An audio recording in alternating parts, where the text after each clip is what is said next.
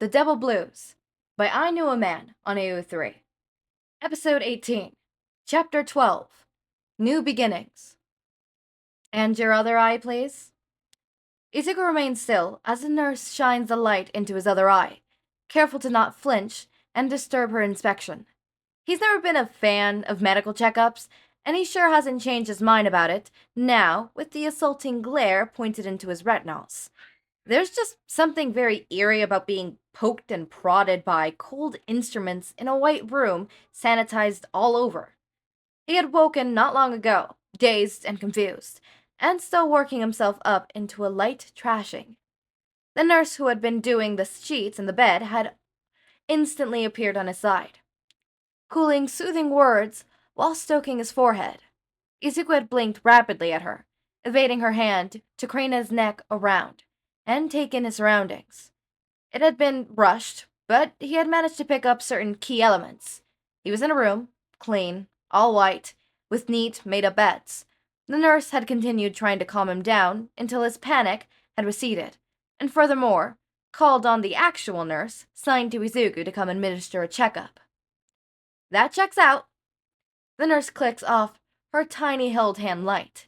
Izuku acknowledges her words with a disapproving nod, still feeling quite lind from having the light aimed into his eyes.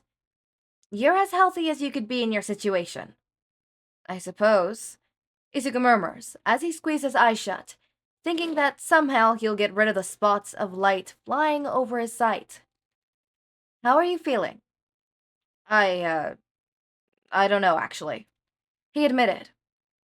It's all not fully set in yet. Where I am, I can't really remember how I ended up here. Well, that's to be expected when you get knocked to the head, the nurse said with sympathy. Oh. Izuku touches a faint hand to his head, and sure enough, the feeling of soft bandages greet his fingers. Oh. Oh, indeed, the nurse greets as she shuffles around his bed. You've got some nasty injuries on you, but I unfortunately don't know the full details on how you got them beyond what's in the chart. Though perhaps the people waiting outside in the visitor's room could answer that. Izuku stops stroking his bandaged head and cranes his eye open as silver. The visitor's room? The nurse inclines her head. They've been in there waiting for you ever since you were brought in. How? Izuku breathes. How long ago was that? About 4 hours. Only? He intones, eye cracking up further. That's not bad. It may not be that bad to you, but those people waiting outside certainly don't think so. Not if they waited 4 hours for you to wake up. She shakes her head with obvious disapproval. I hope you'll be grading them in their visits now that you're conscious and able. Yes, of course. Izuku stammers, feeling rather chaste. Could you send them in, please? The nurse levels Izuku with a last calculating look before shuffling her way out of the room. Izuku watches her as she goes, the sound of her slippers slapping against the door echoing through the room. His gaze closely follows her last steps out of the room, and once certain she is gone, he instantly attempts to push himself into a more upright position. A shooting pain in his abdomen puts a halt to his actions. He slowly lays back down with a wince. Right, he'd forgotten about that. Izuku gingerly pushes the volvet down past his thighs and reaches down to flip the hem of his gown. It unveils his very own bruised abdomen, wrapped up tightly and snugged in bandaging. There's no blood seeping through the fabric, which is one borderline positive discovery. Izuku runs a hand over the area and pinches back slightly. It's still sore, but definitely not broken. Guess that's lucky. You know, if you can call being bandaged up to keep your battered body from falling apart lucky. May we come in? The voice startles Izuku out of his inspections. He looks to the source and finds his whole squad hovering by the door. Whoa, hey guys. He makes the mistake of trying to sit up again and is reminded why that's a bad idea when his side smartly painful. He decides to slouch back down again, and instead of waving his friends in with a motion of his hand, of course, come in. It's so good to see. He's cut short when Ochako engulfs him in a massive hug. At his sudden hiss, she pulls back with a guilty expression. Still sore? Yeah. Izuku nods as he bites his lip. Guess my body can't take as much of a beating as it used to. I would genuinely advise never to let your body take a beating, Ida announces sternly as he pushes his glasses up to his nose. But how often do you listen to that? Izuku aims a withered smile his way. It's good to see you, Sarge. The man's expression notably softens, but the disapproving winkle between his eyebrows remain. Everyone migraines around Izuku's bed till they're standing shoulder to shoulder. They hover over him with identical expressions of worry. And honestly, Izuku feels a weird mix of ashamed and loved. How are you feeling? Ochako asks genuinely. Really? Really? Izuku repeats. I'm not entirely sure. I woke up not long ago, the nurse checked up on me, and now you guys are here, so I haven't really had time to process much. Well, you don't look so great. Sero chimes in, helpfully. Yeah. Izuku lowers his eyes and rubs at the back of his neck. He slows his action. There's a bandage around his neck, too. His face pulls down in deep thought as he tries to suss out how he got it. You okay? Yeah, was just thinking. He drops his hand into his lap. He'll have to have a real think about the mystery behind the bandages around his neck at a later time. Right now, he's got more crucial things to face. Izuku takes in the people stood around his bed, with a tentative gaze. Hey, what, what happened back there? He shakes his head. No, wait, most importantly, where's Shinso? Shinso is safe, Ida assures him. He was taken to the hospital at the same time you were, and awoke 2 hours prior to you. Unlike you, he had no major injuries. He passed out from the fumes which enclosed the room you guys were in, but it was quickly resolved. Todoroki adds. Izuku leans forward a little, adjusting himself as to not put pressure on his abdomen. Why isn't he in the same room as me then? That is because he is currently down at the police station, with the captain, while he is sharing his statement regarding the kidnapping, and being held hostage by the Namiya gang. He volunteered to do so himself, even though we assured him it could wait until he was fully recovered. Ida exclaims. Sero nods along. Honestly, he's been nothing but helpful. Of course he would be. Izuku murmurs, feeling an odd sense of pride. He's always willing to help. I suggested to Shinso that he join the police department, as he has the potential for undercover work considering the nature of his quirk, but he didn't seem to be receptive to the idea. Todoroki shares. That really doesn't surprise Izuku. He's not entirely sure whether it's due to how Shinso's been judged in the past because of his quirk, or because of the man's own personality. But he's always been skittish of new people, like a stray cat. He needs time to warm up to someone. So, he was saved, unharmed. That's good to hear. He murmurs as he tries to piece together his next question. Then, what about the thing that happened back there? You mean the sting operation? Todoroki supplies, helpfully. Yeah, that. Izuku nods eagerly, although careful to not further adulate his neck. How did you guys find us? How did you guys even get into the place? I swear I was just kidnapped, and the next moment, you guys were all tearing everything down. All members of the squad suddenly exchange glances with one another. Izuku frowns at the sight. What? Uraraka sighs, and catches his eye. Bakugo. Bakugo. The remainder of the squad agrees collectively. Izuku's heart momentarily stutters at the mention of the man, but he instantly regains it back in the fake normalcy. What about him? Ochako peers at him for a long moment before asking. Do you want the short or long version? Long, Izuku confirms immediately. Obviously. Right, so I'm gonna give you both, she says, which does nothing but further fan his curiosity. The short version is that he came onto the scene explosions ablaze and single-handedly forced us all out of our own sleep to come help you. Now the long version is much more impressive. Izuku can't resist the raise of the brows. Oh. So? Ochako starts, and he knows from that word alone there will be a ton of information to take in. As soon as you had been kidnapped, Bakugo had stormed down to the police station and told them exactly what happened. He demanded that they contact the Sarge, who had apparently helped you guys with the case. I helped identify the gang responsible for the drug operation. Ida interrupts. Yes, that, Ochako points out before returning to her story. So Bakugo had demanded that the Sarge be called on, and after just mere minutes of arguing with Bakugo, the night crew gave in and gave the Sarge a call. As soon as they hear Bakugo's story, he heads down to the station and digs up his file on the Namiya gang.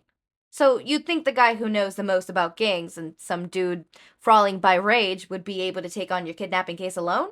But that's not what Bakugo thought. He insisted that the rest of the squad, all of us, be called upon and help pore over the Sarge's files on the Namiya gang, as it would be much faster to get through all the information.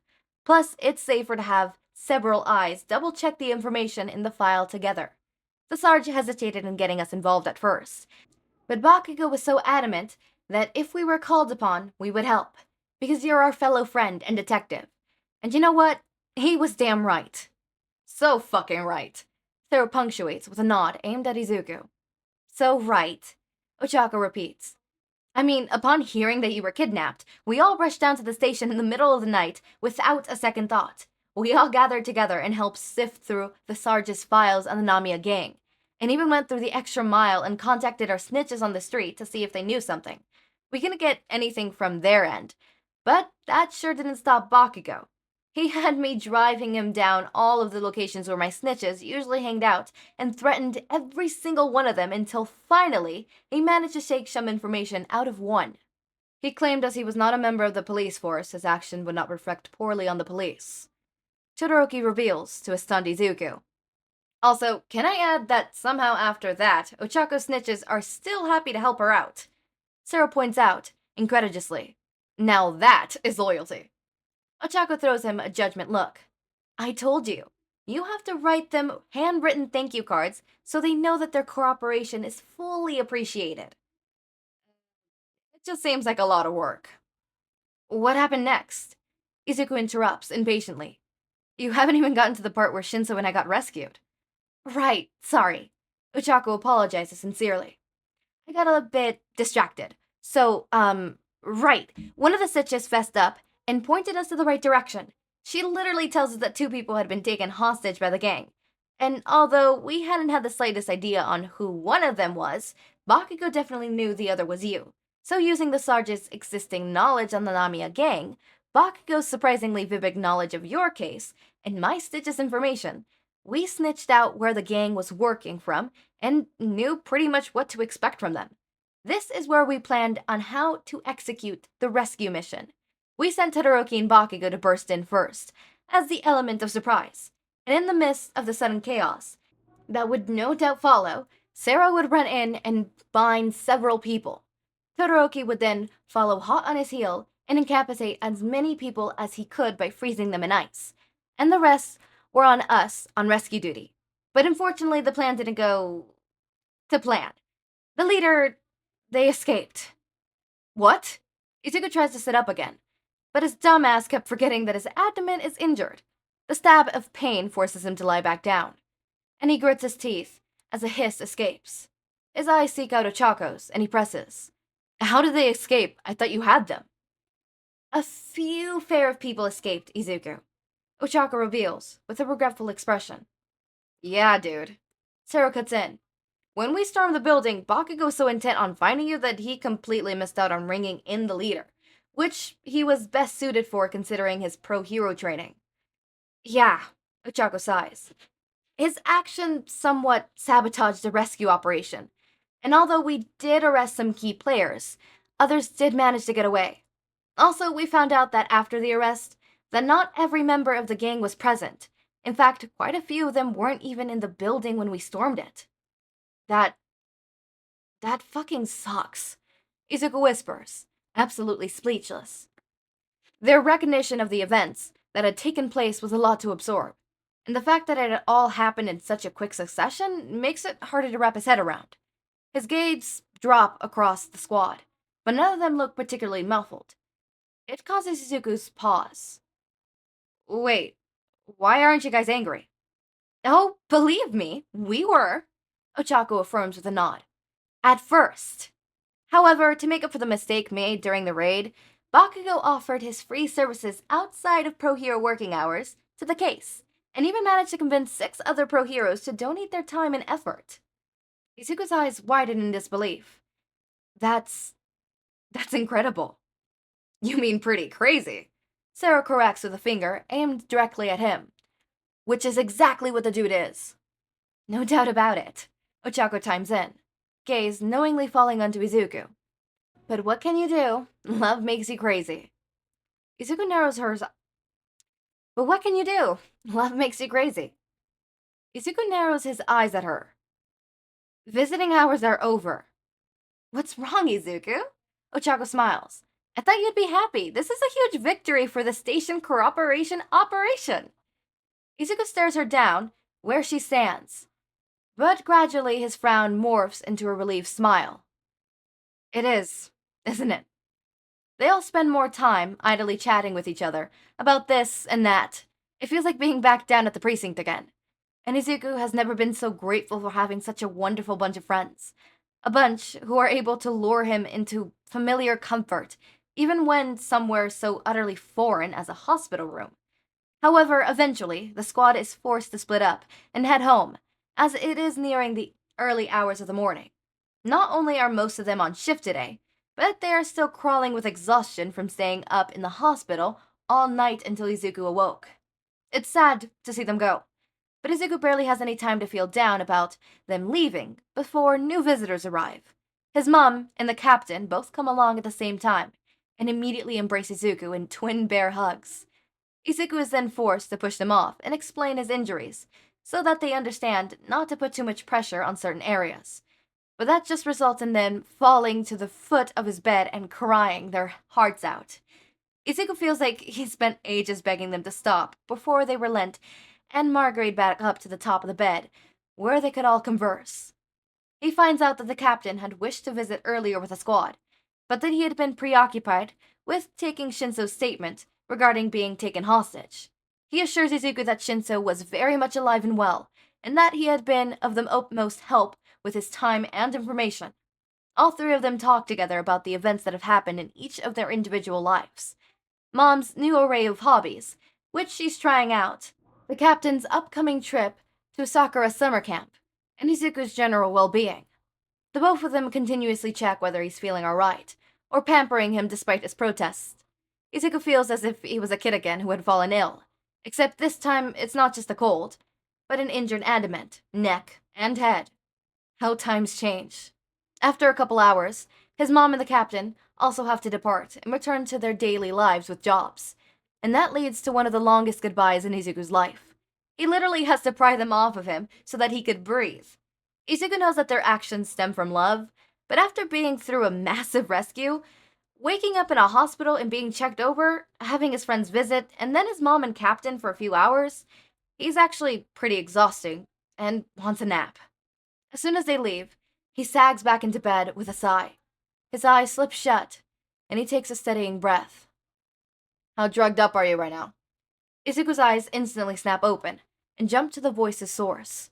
He finds it with an unreadable Bakugo, stood by the door, staring at Izuku, with his hands shoved into his jacket pockets. Excitement thrums to Izuku at the sight, but like everything, Bakugo-related, he throws the reaction on the back burner to analyze at a later date. How did you know I was here? I brought you here. Bakugo deadplans as he walks into the room. Ichiku's cheeks flush darker. I mean, how did you know I was awake? One of your friends from the precinct called me.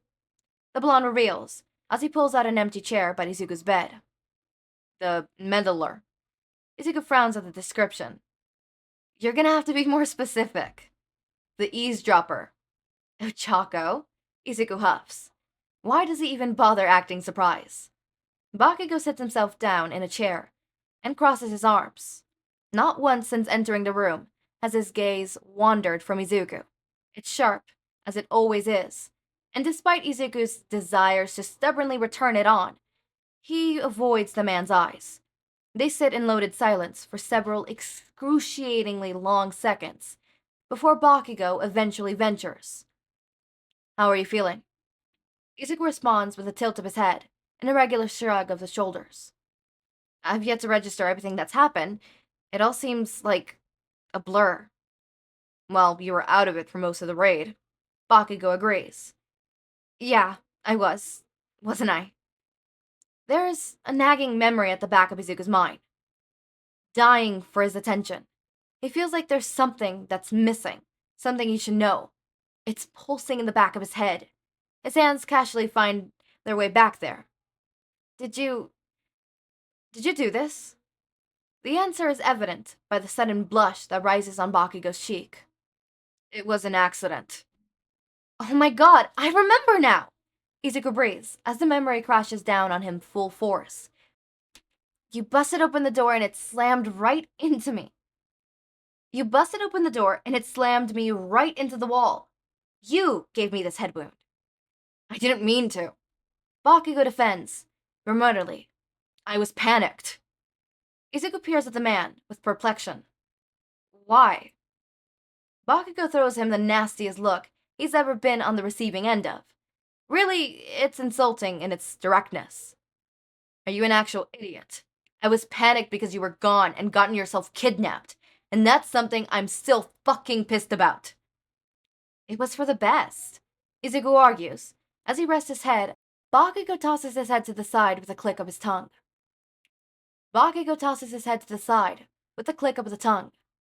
Was it? It was, Izuku insists. Seriously, if I hadn't pretended to be you, they would have taken you. Bakugo's head snaps right back so fast that Izuku hasn't even bared a second to prepare to meet the eyes burning with unbridged rage. So let them. I could fend them off. Bakugo, at the time, you were nothing but a civilian, and as my duty as a police officer, I had to protect you from harm. I'm a fucking pro-hero in training. Really? Bakugo hisses at him. Really? That's where you're gonna interrupt me? I'm pissed at you for being self-sacrificing ass and getting kidnapped in my place. And that's where you decide there's a fault in the argument? Izuku's face heat up at the words, but he remains unwavering. I just want to be accurate. Wow, okay, that chapter is hella long. Also, can we talk about the fact that Bakugo set aside all of his pre-existing, I don't want to get help from anybody else because I just don't want to get help from anybody else kind of bullshit, and accepted help from everybody. In fact, demanded help from everybody to get Izuku out. I love that. I love that. It reminds me of My Hero Academia main, the whole Bakugo putting on his tie, having everybody go together to then, be allowed to go help Izuku, and then being with everybody to help Izuku, and up top of that, not being the one who quote-unquote rescues Izuku. In My Hero Academia main, not in this one. He does rescue Izuku in this one, but I feel like in this one it's valid on why he would do that, because, it's not a, oh, Izuku's not going to come to me kind of thing. It's a, Izuku does not need me right now. What Izuku needs is somebody else, right? Kind of situation. It's stuff like that, right? So I love that. I love that in that whole thing. And I love this as well. It's really interesting. It's really nice. And we have one more episode left before it's done. Now you might be thinking, what? But you were in chapter 12. Chapter 13 is just smut. I'm not doing chapter 13. Nope, not happening. No, I'm uncomfortable with that. Not doing that. Nope. No. Anyways, as always, my raindrops, make sure to eat, sleep, drink water, take your meds. Have a wonderful day or night. Link to my Discord server and socials are down in the description. Subscribe to see more of my content, and thank you so much for watching.